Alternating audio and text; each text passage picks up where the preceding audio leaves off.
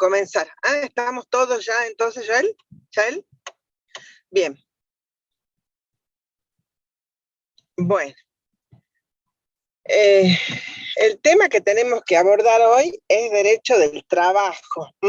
Entonces vamos a comenzar primero con aspectos relativos a qué es esta rama, dónde la ubicamos, por qué sería de interés para el ejercicio de la profesión del ingeniero, y especialmente poder sostenerlos a ustedes frente a una duda o conflicto que es primaria en la actividad futura, en el ejercicio profesional.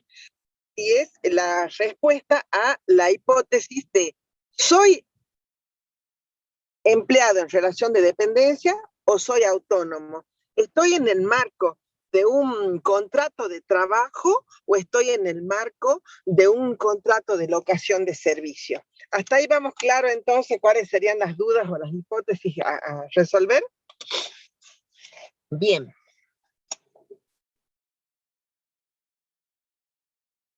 ¿Están tomando? ¿Están escuchando? Sí, ¿Estamos profe. en sonido? Bien, perfecto. Entonces, ¿qué es lo que sucede con esta rama? Esta es una rama de corte social. ¿Por qué? Porque le interesa a la sociedad y al Estado proteger a un sujeto de preferente tutela, como lo sostienen muchos fallos y mucha doctrina relacionada con el trabajador o dependiente. No es una rama individual propiamente dicha, no es una rama del derecho puramente privada. ¿Por qué? Porque el Estado interviene en esta relación jurídica donde hay una persona que trabaja, que presta un servicio a cambio de un precio en dinero, y hay una persona que tiene un poder por sobre esta persona que presta el servicio, con una ascendencia económica mucho más fuerte, que es el empresario o el dador de trabajo. Entonces, como hay una relación en desequilibrio, porque quien ingresa a trabajar lo hace por un estado de dependencia económica, el Estado toma intervención en estas prestaciones, ingresa en esa relación, fiscalizando el cumplimiento de normas de orden público. Entonces, este es un concepto que ustedes van a tener que subrayar, sostener y, por favor, profundizar mediante la duda en este momento, porque luego cuesta entender qué es el orden público. El orden público es un conjunto de normas mínimas que deben respetarse y que son inderogables por las partes. ¿Qué quiere decir esto? El trabajador y el empleador pueden negociar libremente, pero hay mínimos que son inderogables por la voluntad de este trabajador. Por más que le dé la conformidad hoy, el orden público, es decir, el orden imperativo, hace restablecer esa violación a la norma en caso de que ello sucediera. ¿Alguna duda o pregunta? Le voy a dar con un ejemplo práctico. Por ejemplo, yo puedo contratar a una persona. Esa persona le puedo hacer una oferta diciendo, mira, te voy a pagar 20,000 pesos, pero vos vas a trabajar nada más que 4 horas declaradas en el sistema de la regularidad laboral. Las otras 4 horas no te las voy a declarar, pero vos las tenés que trabajar. Así habría un renunciamiento a un sistema protectorio de ese salario. O bien también acontece cuando, por ejemplo, mira, trabajan, pero aquí no tienen descansos semanales de un día y medio. O trabajas y no cobras aguinaldo. O trabajas, no te hago los aportes a la seguridad social para cobertura de salud o de un sistema previsional. Entonces, ¿qué pasa? El orden público viene a proteger a esta persona débil que entra en una relación contractual de una manera especial porque hay una debilidad en este vínculo. Y por lo tanto, el legislador impone una serie de normas inderogables. Son como los que yo siempre les digo a manera gráfica, ejemplificativa, bruta, pero ¿qué quiere decir? Es la forma simplificada por la cual ustedes van a entender. Este renunciamiento provisorio es, entre comillas, pan para hoy y hambre para mañana. ¿Por qué? Porque el trabajador puede reclamar los derechos que derivan de este sistema protectorio de orden público el día de mañana. O sea, el empleador cree que tiene ese beneficio, pero en realidad luego el trabajador lo puede reclamar. ¿Alguna duda entonces de qué se entiende por orden público? Es un conjunto de normas mínimas, inderogables en la relación contractual de entre las partes. ¿Hasta ahí alguna pregunta? Ninguna, profe, por mi parte. Bien. A ver, vamos a hacer un avance entonces sobre qué es esta rama. Bueno, esta es una rama social, como dijimos, es una rama histórica que no nace con el derecho del derecho romano, porque se imaginan ustedes que en la edad del Imperio Romano, cuando empieza a surgir el derecho privado, era imposible pensar en normas jurídicas para los trabajadores. ¿Por qué? ¿Por qué no se podía pensar en normas jurídicas o normas protectorias para los trabajadores? ¿Qué les parece a ustedes? Esto lo vimos un poco cuando hablamos sobre la capacidad. Porque los trabajadores eran esclavos. Exactamente, eran una cosa. Y entonces el amo, exactamente, así es, Lucía, el amo, ¿qué es lo que tenía? Tenía un dominio, una propiedad, un derecho real sobre la persona, ¿m? De tal manera que era una cosa. Entonces, ¿para qué va a legislar para las cosas? ¿Queda claro? Entonces, no es un derecho que nace con el derecho romano, con el derecho privado. Se esperó un proceso de evolución del concepto de la persona en el desarrollo histórico. Tampoco la encontramos en la Edad Media, a pesar de que en las películas estas feudales vemos gente trabajando, herreros, panaderos, mercantes. Vemos en estas películas cuando uno ve el desarrollo de la Edad Media, en un Robinson, ¿cómo es? Robin Hood, estas películas que nos marcan trabajadores en ese momento. Pero ese trabajador era un trabajador artesano, independiente, autónomo, que dio bases a una normativa jurídica que se conoce como el derecho comercial, pero no al derecho del trabajo. ¿Cuándo nace el derecho del trabajo? Nace en la edad moderna, es decir, cuando aparece el concepto de organización empresaria y las encíclicas papales, la iglesia, sostiene que el trabajo no era una mercancía, que no podía intercambiarse, sino que había que aportar protección a esta persona humana para obtener a cambio de ello un beneficio, pero había que darle un marco protectorio de normas jurídicas mínimas a este servidor. ¿Entendido? Aparece entonces con el concepto de la doctrina social de la iglesia, pero en ese momento no era el concepto que tenemos hoy casi progresista del derecho al trabajo, que se da del proceso de la revolución industrial, sino que se da en un primer momento como una forma de conseguir adeptos al sistema de la iglesia que en ese momento estaba pregonando como un sistema de protección a esta persona que estaba trabajando.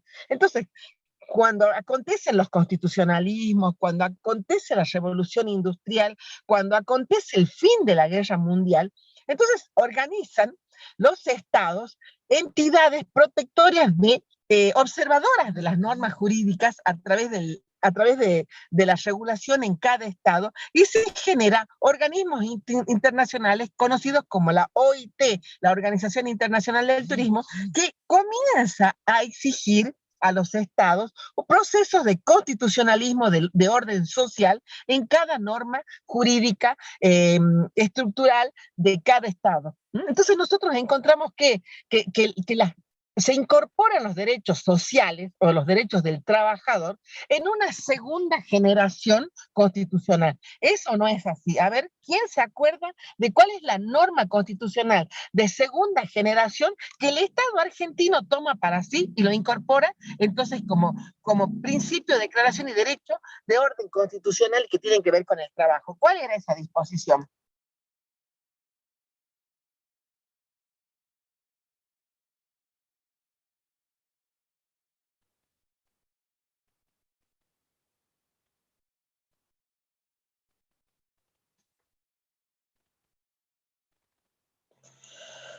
Ay, por favor. puede repetir la pregunta, profe? Bien, ¿cuál es la norma constitucional que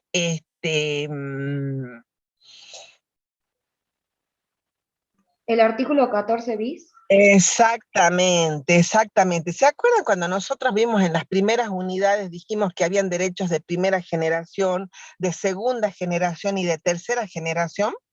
Bueno, cuando se sancionó la Constitución en 1853, no teníamos el derecho previsto en el artículo 14 bis. El 14 bis surge cuando Perón dispone en el 45 una modificación de la Constitución e incorpora los derechos incorpora como derecho constitucional el derecho al trabajo, el derecho al pago de un salario, a una jornada limitada, el derecho a la huelga, igual remuneración por igual tarea. Si ustedes van leyendo el 14 bis, es el reconocimiento, el derecho a la salud, al progreso del trabajador en esa relación jurídica. Entonces, la base constitucional en nuestra, es una norma de orden jurídico correspondiente a un segundo nivel de normas incorporadas a la Carta Máxima del Estado argentino. Por eso decimos que es un derecho de segunda generación. No se dio en 1853 porque en 1853, si bien ya teníamos la libertad de vientre, no estaban reguladas las relaciones jurídicas en 1853. Recién después de la segunda reforma, así se incorpora el artículo 14 bis. ¿Entendido? Hasta ahí vamos claro. ¿Con qué? Como vemos entonces, el derecho al trabajo es una rama social que nace en un ciclo de un proceso posterior a la guerra, posterior a la Revolución Industrial, y se consolida constitucionalmente después de la Segunda Guerra Mundial. Entonces, es un derecho puramente político, altamente social, modificable, de tal manera que va de la mano muchas veces con los conceptos económicos en un determinado estado. Por eso vemos que es un derecho de permanente modificación. Entonces, ese sería el origen, esa sería la fuente constitucional. Ahora vamos a ver entonces cuál es el contenido del derecho del trabajo. ¿Alguna pregunta hasta así en cuanto al origen, en cuanto a la fuente constitucional?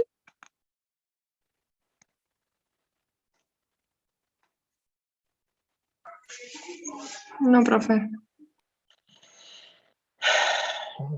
Bien, vean.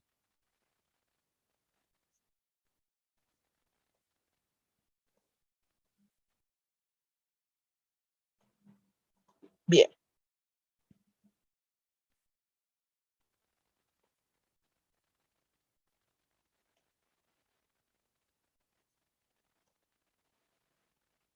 Bien.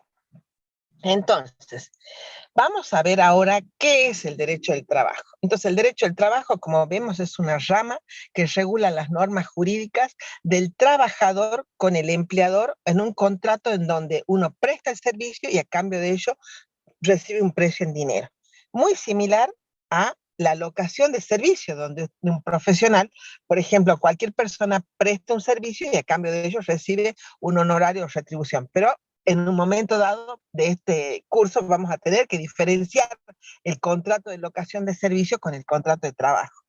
Lo importante que cabe destacar es que es una rama que comprende no solo las normas jurídicas del contrato individual. Por ejemplo, el contrato que tienen los empleados de Jumbo, los empleados de un estudio jurídico, los empleados de un estudio de ingeniería, los empleados de una minera, que es un marco contractual entre un trabajador y una empresa, sino también tiene otro contenido más, que es el derecho colectivo. ¿Qué es el derecho colectivo? Del derecho no es el derecho de Saeta, no estamos hablando de ese colectivo, estamos hablando de una norma jurídica que va a aglutinar a conjuntos de trabajadores que tienen que ejercer derechos protectorios para ese segmento de trabajadores frente a las mesas o negociaciones salariales o concertación de relaciones jurídicas con las cámaras empresariales. Entonces, esa estructura jurídica colectiva de los trabajadores se conoce con el nombre de sindicato y pueden tener estas organizaciones tres niveles. Organizaciones simples de primer nivel que aglutina a trabajadores por la actividad, por la empresa, por la profesión. Y entonces, por ejemplo, nosotros tenemos la actividad de los ingenieros químicos, las asociaciones de empleados de las petroleras, la asociación de empleados de las cerveceras, la asociación de empleados panaderos, la asociación de empleados de aguas y gaseosas, es decir, asociaciones por actividades, o bien también por empresas. Los empleados de Aguas del Norte, asociación que aglutina a trabajadores de una determinada organización. Eso sería un primer nivel. Un segundo nivel son las federaciones, que las distintas asociaciones se unifican y generan una persona jurídica nacional. Entonces, todos los gremios, por ejemplo, de la Unión Obrera de la Construcción, de cada una de las provincias, se aglutinan en una federación que funciona en Buenos Aires. Y luego hay un tercer nivel, que es la confederación, que es la unión de federaciones, es decir, de los distintos gremios de la poliforme estructura que pueden presentar los gremios y que se aglutinan para negociar políticas laborales a nivel nación con el Estado o con el Poder Ejecutivo en cualquiera de sus representaciones. Entonces tenemos que las asociaciones sindicales pueden ser de primer nivel, conocida como sindicato o gremio, de segundo nivel, las federaciones, y la de tercer nivel, que son las confederaciones. Las confederaciones son aquellas que negocian la política, se sientan a discutir las políticas del Estado. Las asociaciones, las federaciones, discuten los convenios colectivos de trabajo, o también se sientan a concertar a través de las paritarias los sueldos, las remuneraciones de los trabajadores. Hasta ahí queda claro. En cambio, los sindicatos son aquellos que están en cada jurisdicción local y que representan a los trabajadores en pie de llano, en una determinada jurisdicción. Entonces, todas las normas que se refieren a cómo estructurar, cómo regular las relaciones de estos colectivos de trabajadores, se conoce como derecho del trabajo colectivo. Sería la segunda rama que presentamos dentro del derecho del trabajo. Ahora, hay otra rama más dentro del derecho del trabajo, que es la rama de la seguridad social y de la previsión, de la salud, donde encontramos normas relativas a cuál es el futuro del trabajador cuando salga del mercado de trabajo, ya sea por una invalidez, por una incapacidad o por una edad jubilatoria, o bien todas las normas relativas a cómo se le debe proveer la salud a un trabajador a través del sistema de obras sociales, como está establecido en nuestro sistema jurídico. Y todas las normas relativas a la cobertura frente a siniestralidad o riesgos del trabajo. Entonces, acá hemos visto tres subramas que tiene el derecho del trabajo. La rama del derecho del trabajo individual, la rama del derecho del trabajo colectivo y la rama del derecho de la seguridad social y de la previsión. ¿Hay alguna pregunta entonces respecto de esta división en tres ramas que tiene de interés todas las normas jurídicas del derecho al trabajo? ¿Alguna pregunta?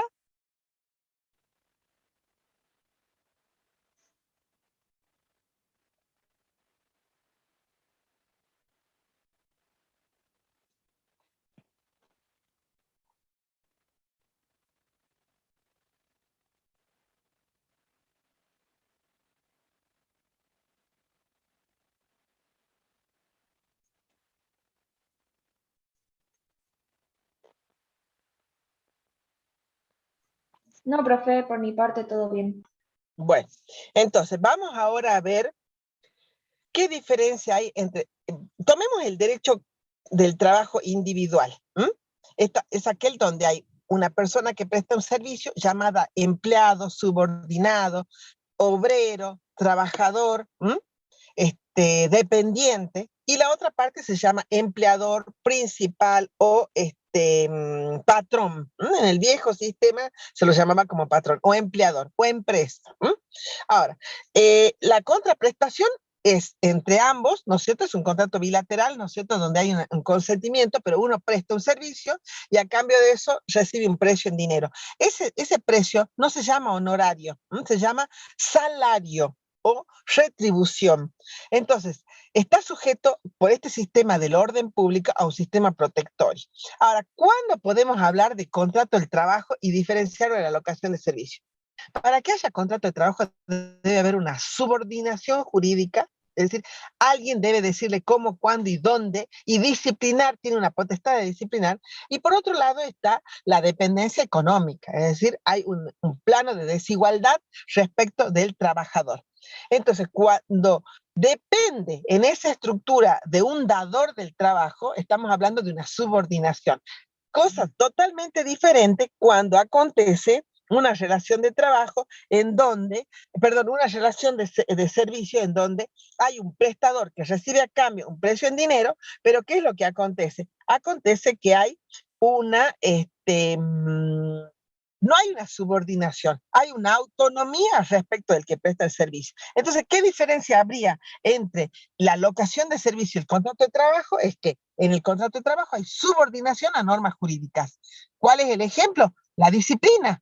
Cómo llegar, a qué hora llegar, dónde prestar el servicio, qué pasa si no cumple con deberes de buena fe, qué pasa cuando no cumple con los deberes de conducta. En cambio, en la relación de trabajo, perdón, en la relación de servicio, en donde el prestador del servicio actúa con total autonomía y asume el riesgo de su trabajo, estamos hablando de una situación de locación de servicio.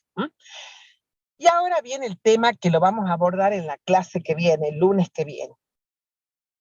Y es el tema de las zonas grises, el tema de los profesionales.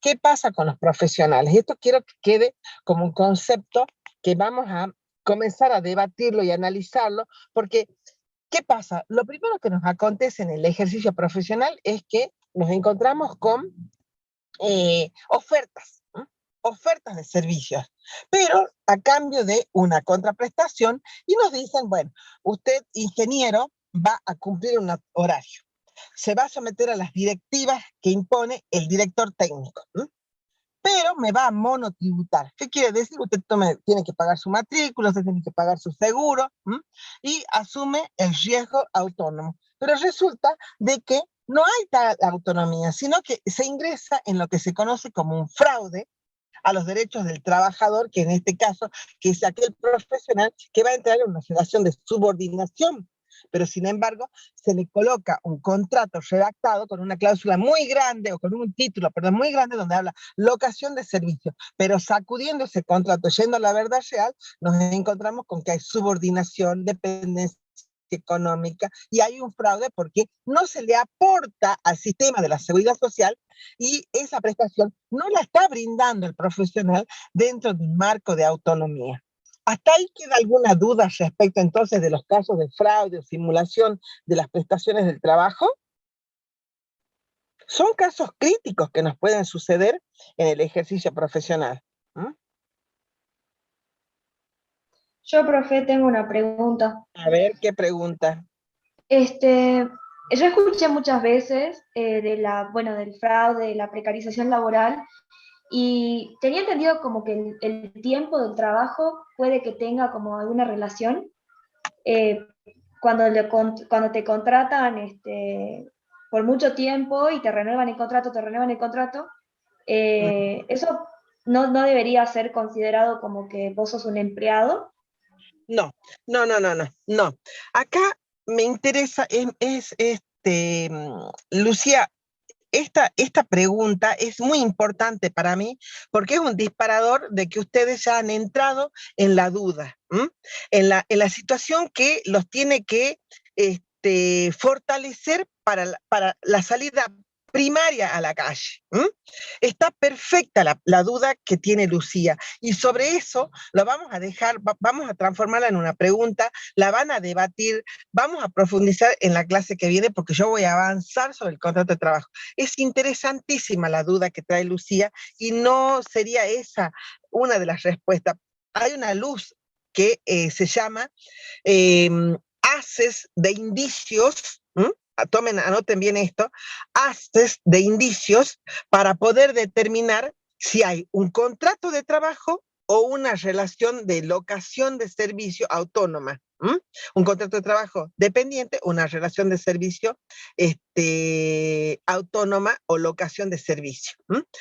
Lucía nos plantea la siguiente situación. Ella nos dice, profesora, cuando yo como ingeniero me someto a contratos de trabajo que me imponen una carga horaria y un contrato de prestación de servicio, ¿no? No hablemos de contrato de trabajo, a un servicio, y me renuevan sistemáticamente ese contrato. Allí estaríamos en un contrato de trabajo o en una relación de locación de servicio. ¿Sería así, Lucía, o no te entendí bien? ¿Mm? Es decir, Sí, sí, a esa era ella, la pregunta. claro, ella dice, yo tengo una sumatoria de contratos. ¿M? Todos los meses me hacen renovar contratos. ¿Es una locación de servicio o un contrato de trabajo? A mí lo que me interesa es que esto lo vamos a pulir la clase que viene, pero me interesa que ustedes piensen esto. Vean la diferencia abismal en cuanto a la crisis que puede provocarse esta situación. Imaginémonos un ingeniero o una ingeniera que debe trasladarse todos los meses a prestar un servicio en una estación experimental en Oram. Y se traslada en su camioneta o en la camioneta que le aporta la empresa y se produce un siniestro. ¿Quién va a asumir las consecuencias de ese siniestro? Puede ser un accidente donde pierda alguna capacidad o bien una pérdida de días de trabajo. ¿Quién va a asumir esa pérdida si está dentro de una relación autónoma o si está dentro de una relación de dependencia? No quiero que me la contesten ahora, quiero que la debatamos. Eso vamos a verlo en la clase que viene. Miren, ¿se imaginan una persona que muere en ese siniestro o que pierde una visión o que pierde días de trabajar por una internación? Si es autónomo, ¿quién va a asumir ese riesgo? Y si es dependiente, ¿quién va a asumir ese riesgo? Entonces, aquí hay que tener mucho cuidado porque esto nos va a acontecer en los primeros años del ejercicio profesional. Aparecen importantes ofertas, pero hay que saber sacudir esa relación, analizar ese contrato para ver si tengo haz de indicios que me indican si soy trabajador y entonces el riesgo es a cargo de la empresa, o si soy autónomo y entonces el riesgo por esos siniestros es a cargo mío. ¿Entendido? ¿Hay alguna duda sobre lo que estoy planteando, este conflicto que nos puede, esta crisis que nos puede acontecer?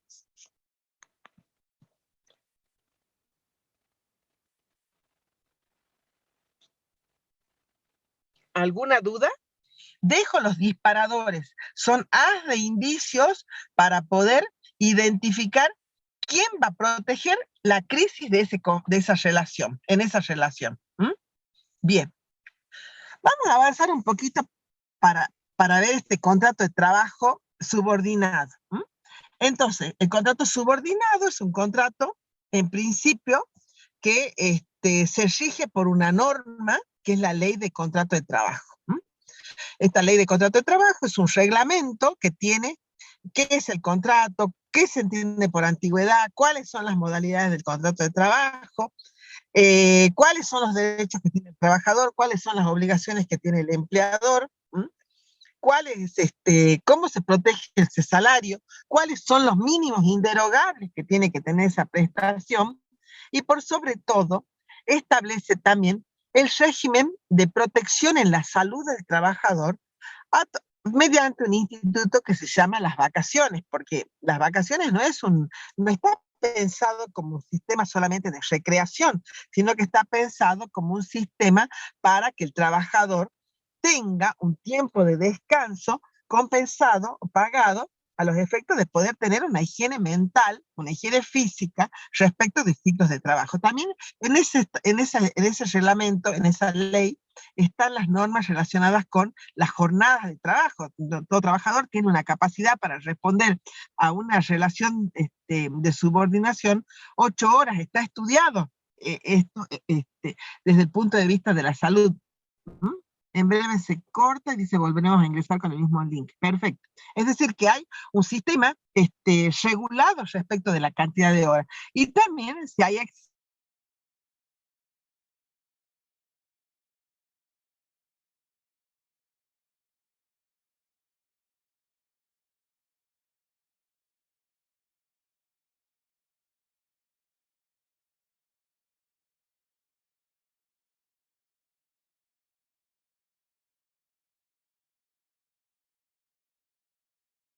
bueno.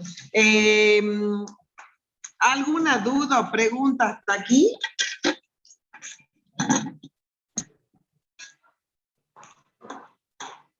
Me parece que debe ser el frío que es tan... Salvo Lucía, todo el mundo está durmiendo, ¿no?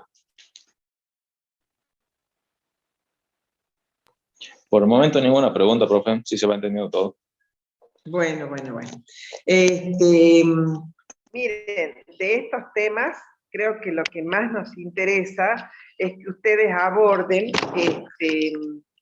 la situación de la precarización en materia del ejercicio profesional. O sea, volcar todo esto que estamos viendo para el sistema protectorio, y eso lo vamos a ver la semana que viene, con estos haz de indicios para poder entender si hay una dependencia o una subordinación. Yo el lunes voy a entrar al debate directamente y espero, mediante el control de lectura que voy a hacer, a ver quién ha estado debatiendo este tema, quién ha leído este material.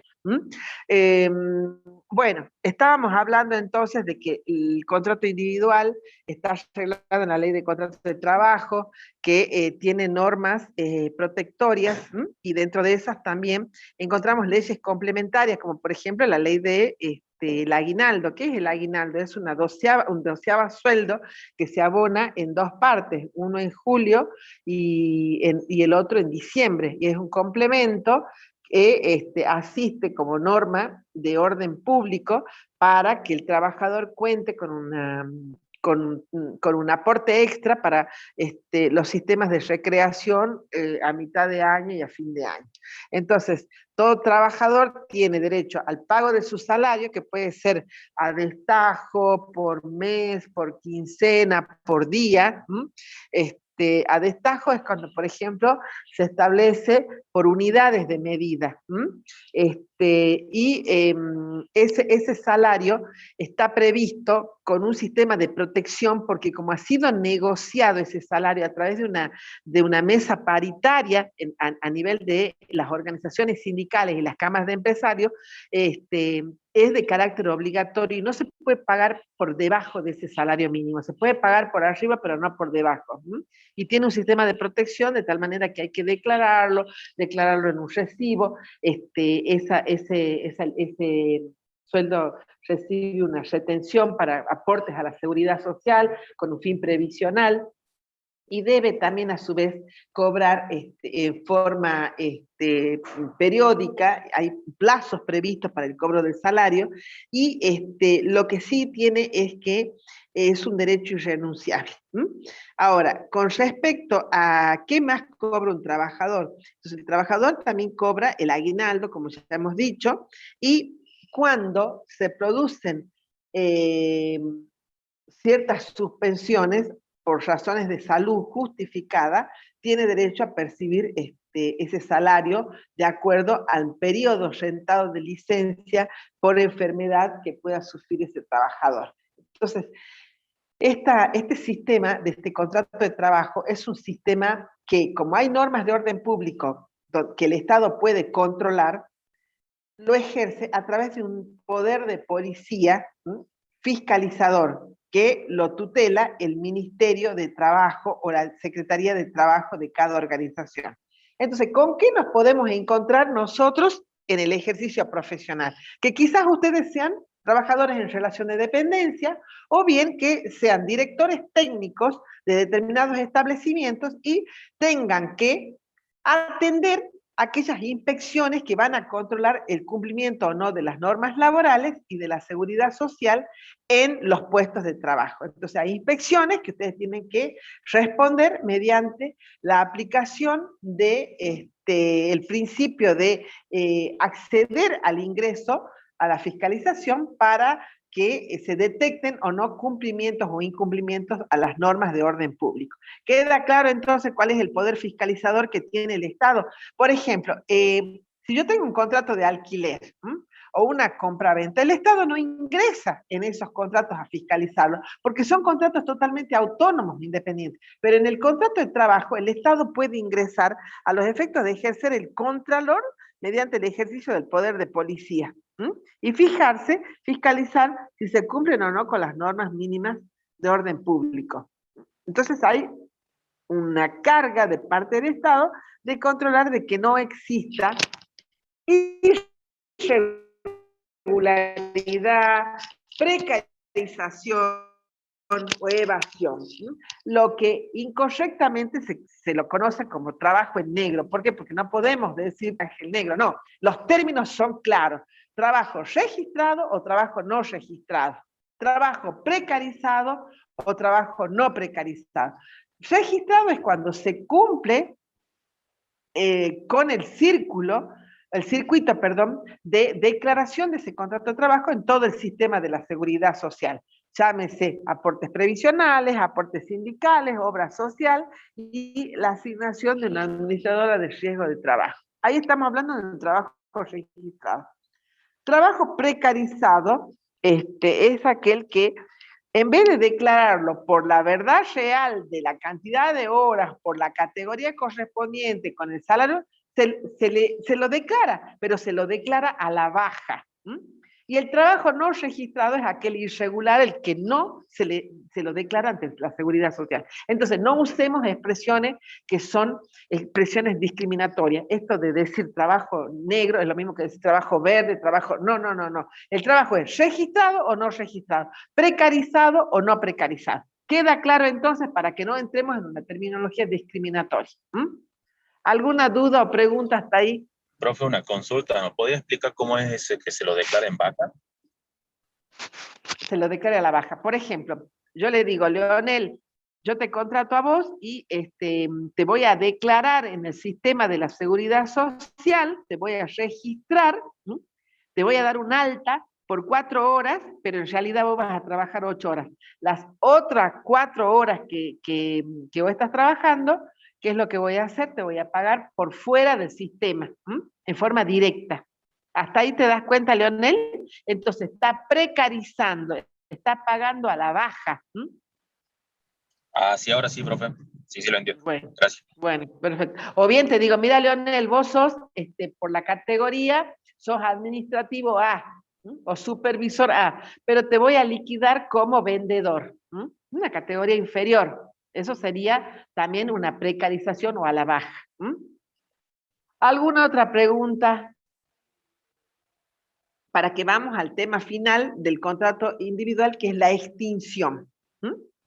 ¿De qué manera se extingue el contrato? Y en principio se extingue porque el trabajador logra el acceso a un sistema de previsión por la edad, que edad a través de la cual se jubila la mujer a los 60 años y el hombre a los 65. Entonces, mediante el acceso a un ciclo de periodo de descanso por la determinación de una norma previsional, el trabajo se debería extinguir por la edad de las personas, cuando se accede a la jubilación.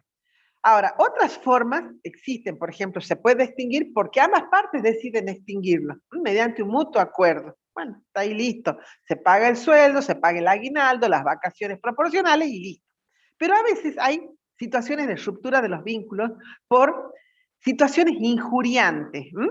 El empleador dice, yo determiné que tal ingeniero incurrió en un abuso de confianza, o violó normas de seguridad, o viola secretos profesionales, y él estaba en relación de dependencia. Lo despido con causa porque esta situación es injuriante, me injuria, me afecta. Entonces, no le va a pagar ninguna indemnización. En cambio, si el trabajador dice, no, es falsa esa causa, o bien puede ser que el empleador dice, lo despido sin causa, allí tiene derecho a que se le pague una indemnización, que es totalmente diferente al sistema de resarcimiento de daños que hemos visto en el orden civil. En el orden del laboral, el resarcimiento es, y por favor le pido que esto subraye, tarifado. Hay una tarifa ya establecida. No hay una reparación integral de daño emergente, lucro cesante, daño moral. No. Acá es tarifado. 1 mes de sueldo por cada año de servicio. O fracción mayor de 3 meses. Vamos al ejemplo práctico. ¿Les parece? ¿Alguna duda? Para que veamos un ejemplo práctico. Y acá quiero ver si están atentos. A ver. Vamos a ver. A ver, ¿dónde anda don Ariel Tejerina? ¿Mm? Y don Elías Cancino. A ver, vamos a ver este caso. ¿Mm? Acá estoy, profe. Bien, bien, bien. Vamos. Acá se trata de un trabajador que ingresó en el 1 de enero, o el 2 de enero, nadie ingresa el 1 de enero, bueno, el 2 de enero del año 2020. Y es despedido, Ariel, es despedido el el 16 de junio del 2021 sin causa. Directamente le dicen, ingeniero, a partir del 16 de junio prescindimos de su servicio. ¿Qué derechos indemnizatorios tendría, Ariel? Según Bueno, perdón, sí. ¿Sí? Sí, ¿sí? Bien, primero antigüedad, después Bien. proporcional de aguinaldo, o Bien. casi que está en fecha de aguinaldo, proporcional Sí. de vacaciones o vacaciones, si no se las tomó. Sí. Y creo que por no avisarle un mes antes o 2 meses antes, no lo Bien. tengo claro. El También un preaviso. mes. El preaviso. Bien, Sí. el preaviso. Perfecto. Ariel está empoderado en la situación de que sabe que tiene que cobrar el día de mañana. Bueno. En cambio, Ariel, si vos estuvieras precarizado o no registrado o simulando un contrato de locación de servicio, las respuestas me las vas a dar el lunes. ¿Con qué bolsa indemnizatoria te retirarías si estuvieras en una precarización? ¿Y Bien. qué pudieran ser esas alertas? Hasta ahí queda claro. Otra pregunta entonces ahora que habíamos dicho para, ¿dónde anda ¿a dónde habíamos hablado? A don Elías. ¿Dónde anda Elías Cancino? Parece que cric. ¿Dónde anda Elías? Bueno. A ver, vamos a ver, Álvaro Romano, ¿anda por aquí? Sí lo vi. Sí, profe. Bueno, a ver, Álvaro, veamos esta hipótesis. Se trata de un ingeniero que ingresó en el 2 de enero del 2020. Y la empresa el día 15 o 16 de junio dice, notifico a usted que prescindo de sus servicios ya que hemos constatado mediante actas notariales, declaraciones y facturaciones del cliente que usted hizo cobranzas de servicios y no las rindió en la organización empresarial. Y esas cobranzas fueron por 5 millones de pesos, no habiendo ingresado usted este sistema. Por lo tanto, prescindimos de la prestación de servicios suyos. Decime una cosa, en este caso, Álvaro, ¿qué tendría derecho a cobrar este profesional? Nada, porque yo que sepa hay varias facetas antes de despedir a un profesional o a un empleado. Y si como usted dice ya tienen prueba de lo que hizo, tiene todo certificado. Entonces en este caso el ingeniero no cobraría nada, sino es más, le harían un juicio al ingeniero por la plata que no cobró. Está bien, que se cobró. está bien. Ese es un concepto bastante empresarial. Pero mira, fíjate que nos dijo, ¿quién era el que estaba antes? A ver, nos dijo lo siguiente, que por lo menos cobre los 15 días del mes de junio, el aguinaldo y las vacaciones, eso no se lo pueden tocar. Después vendrá la acción de daños y perjuicios civil, que esas las vimos ya en las clases anteriores. Lo que no va a cobrar es la indemnización por antigüedad, Álvaro. Pero el sueldo del mes, el aguinaldo que se lo consumió porque lo tenía que consumir, y las vacaciones le corresponden. Esos 3 ítems y el sueldo del mes proporcional se conoce como liquidación final, que no hay que confundirla con indemnización. ¿Queda claro entonces, Álvaro? No es que se va a ir sin nada. Tampoco se lo pueden retener. Por más que le haya robado plata, entre comillas, digamos, a la empresa. Exactamente, eso es lo que quiero que te empoderes en este sentido. Que la empresa no puede retenerle estas liquidaciones que son de orden público, diciendo yo voy a retener. No, haga el juicio y después, por los 5 millones y los daños y perjuicios, y le hará las acciones correspondientes. Pero el salario, eso se protege. Ah, claro, sería En como vos cumplís tu salarios, parte y en después cuanto a vemos los lo que días pasa. trabajados, aguinaldo y vacaciones. Exactamente. Bien, está bien. Pero Álvaro, si resulta que esa acta notarial es fraguada, esa empresa, vos sí rendiste el dinero, y no es tu responsabilidad, sino que es de otro superior, tenés derecho a defenderte y rechazar esa causal y someterla a un análisis de un poder judicial. ¿Entendido, Álvaro? Entonces, no es tan fácil. Tiene que haber una Perfecto. causa que justifique. ¿Entendido? Sí, Bien, sí. entonces, ¿qué es lo que dejamos en apertura de Profe, debate? Sí, a en ver e- quién es. Nicolás, Sí, en ese Nico, caso Nico, a que, ver. bueno, le estén diciendo al ingeniero que es algo que él no haya hecho, él lo puede acusar o sea, puede hacer juicio por daño y perjuicio en ese caso directamente, ¿no? No, porque ¿qué dije yo? Que en el derecho al trabajo las indemnizaciones, ¿cómo son? A ver quién me contesta. Y le dije, subrayen eso. Tarifaria, profe. Tarifados. Tarifada.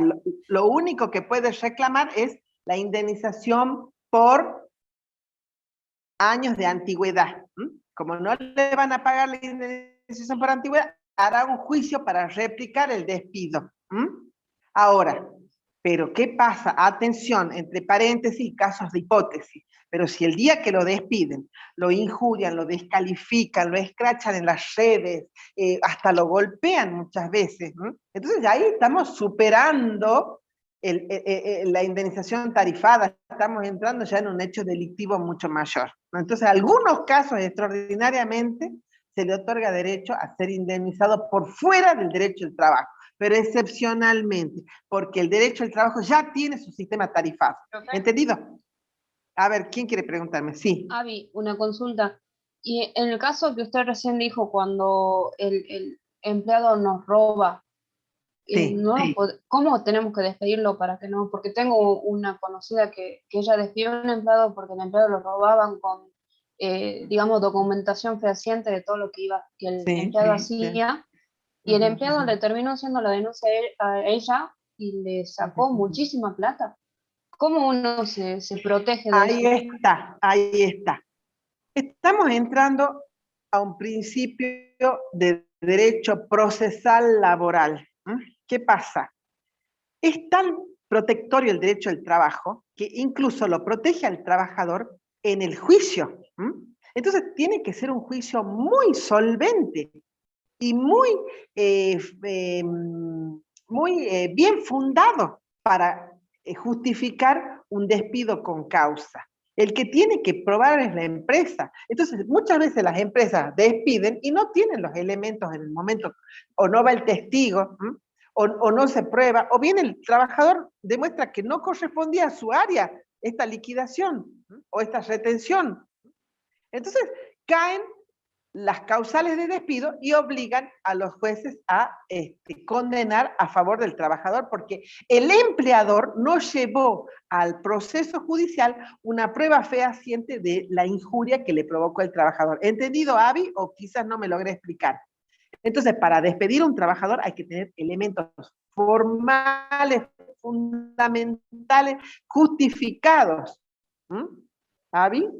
Sí, sí, sí, sí, sí. Porque el Es como que derecho va tenemos que estar muy seguros a hacer un juicio Exactamente. empleado. Miren, por ahí ustedes habrán escuchado, en caso de duda, se está a favor del reo, en el derecho penal. Acá, en caso de duda, se está a favor del trabajador. Esos son los principios protectorios del derecho al trabajo, porque es una relación que tiene un desequilibrio natural. Entonces, hay todo un sistema protectorio del derecho al trabajo. Hasta ahí queda claro. Entonces, yo creo que, bueno, en esta última parte nos hemos despertado un poquito, hemos practicado mediante un juego de simulación que acá nos han aportado los compañeros, despidos con causa y despidos sin causa. Estas indemnizaciones, acá como dice Avi, tuvo que pagar un montón de plata. Bueno, póngale que era una trabajadora que tenía 20 años de trabajo, y tenía que una remuneración de 50.000 pesos. Avi, ¿cuánto va a tener que pagar ese empleador? Perdón, ¿me puede repetir?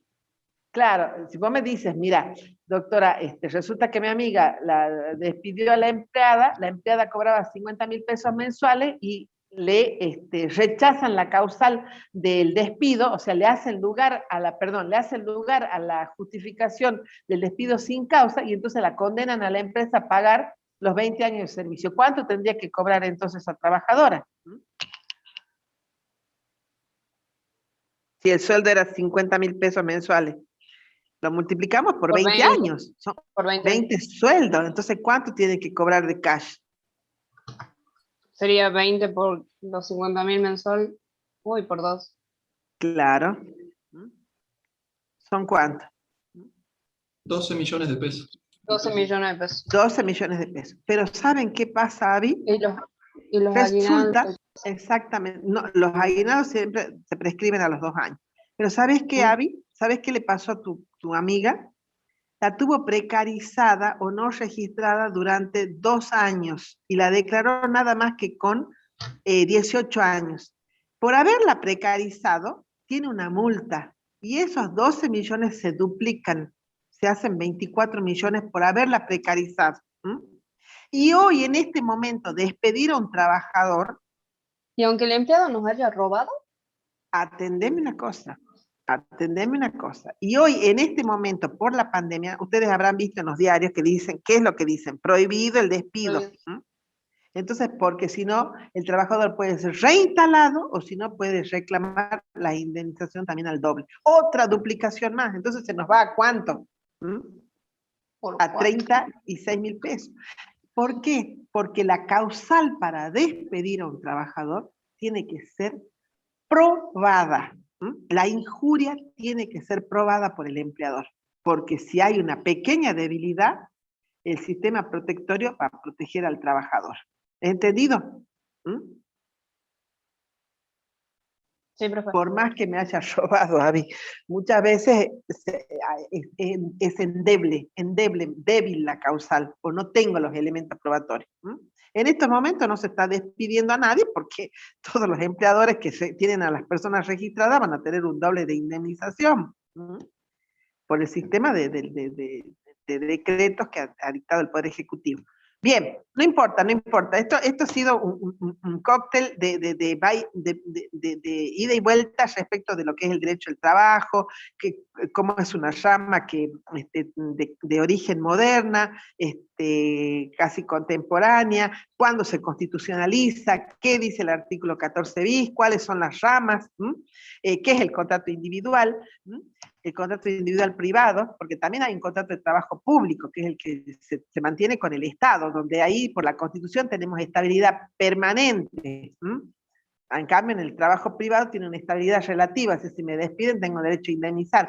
¿Qué tipo de indemnizaciones tengo? ¿Cómo son las tarifadas? ¿Qué es esto de la tarifada? Vamos a seguir viendo en la clase que viene, a leer, pero más que nada a debatir sobre este punto, sí. ¿Quién asume los riesgos cuando hay locación de servicio y cuando hay contrato de trabajo? ¿Y cuáles son los haz de indicios para poder decir, me están simulando un contrato autónomo cuando en realidad hay una subordinación?